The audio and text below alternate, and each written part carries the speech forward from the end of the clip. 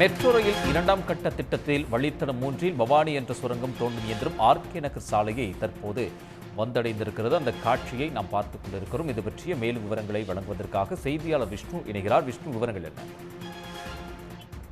Chennai metro rail நிறுவனம் சார்பில் இரண்டாம் கட்ட திட்ட பணிகள் விறுவிறுப்பாக நடைபெற்று வருகிறது.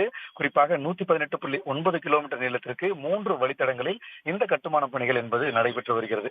இதில் வழித்தடம் அதாவது 3இல் சுரங்கப்பாதை கட்டுமான பணிகள் என்பது வேகமாக நடைபெற்று வந்தது.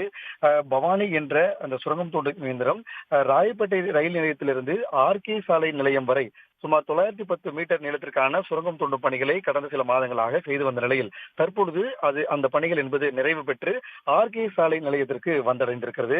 இந்த சுரங்கப்பாதை அமைக்கும் பணியினை இந்த லான்சன் அண்ட் டூப்ரோ நிறுவனம் ஆகியவை மேற்கொண்டிருக்கிறார்கள். குறிப்பாக சென்னை மெட்ரோ ரயில் இரண்டாம் கட்ட திட்டத்தில் 5வது சுரங்கம் தோண்டும் இயந்திரம் வெற்றிகரமாக தனது பணியை நிறைவு செய்திருக்கிறதாக மெட்ரோ ரயில் நிலையம் தெரிவித்திருக்கிறது.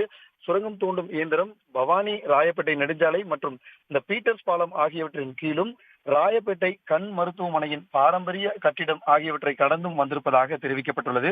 சுரங்கப்பாதையின் மேற்பகுதியில், அதாவது மண்ணின் மேற்பரப்பிற்கு சுரங்கப்பாதைக்கும் இடையே 8 முதல் 14 மீட்டர் வரை தூரம் இருப்பதாகவும், இந்த சுரங்கம் தோண்டும் இயந்திரம் வண்டல் கலந்த மண் மற்றும் களிமண் போன்ற புவியியல் அமைப்புகளை வெற்றிகரமாக கடந்திருப்பதாகவும் மெட்ரோ பெருமை கொண்டிருக்கிறது. அதே போல கிரீன்வே சாலை ரயில் நிலையத்திலிருந்து புறப்பட்ட மேலும் 2 சுரங்கம் தோண்டும் இயந்திரங்களும் தற்போது மந்தவெளி பகுதியை வந்தடைந்திருப்பதாகவும், இந்த 2 சுரங்கம் தோண்டும் இயந்திரங்களும் இந்த மாதத்திலும் அடுத்த மாதத்திலும் சுரங்கம் தோண்டும் பணியை நிறைவு செய்யும் எனவும் மெட்ரோ ரயில் நிறுவனம் தெரிவித்திருக்கிறது.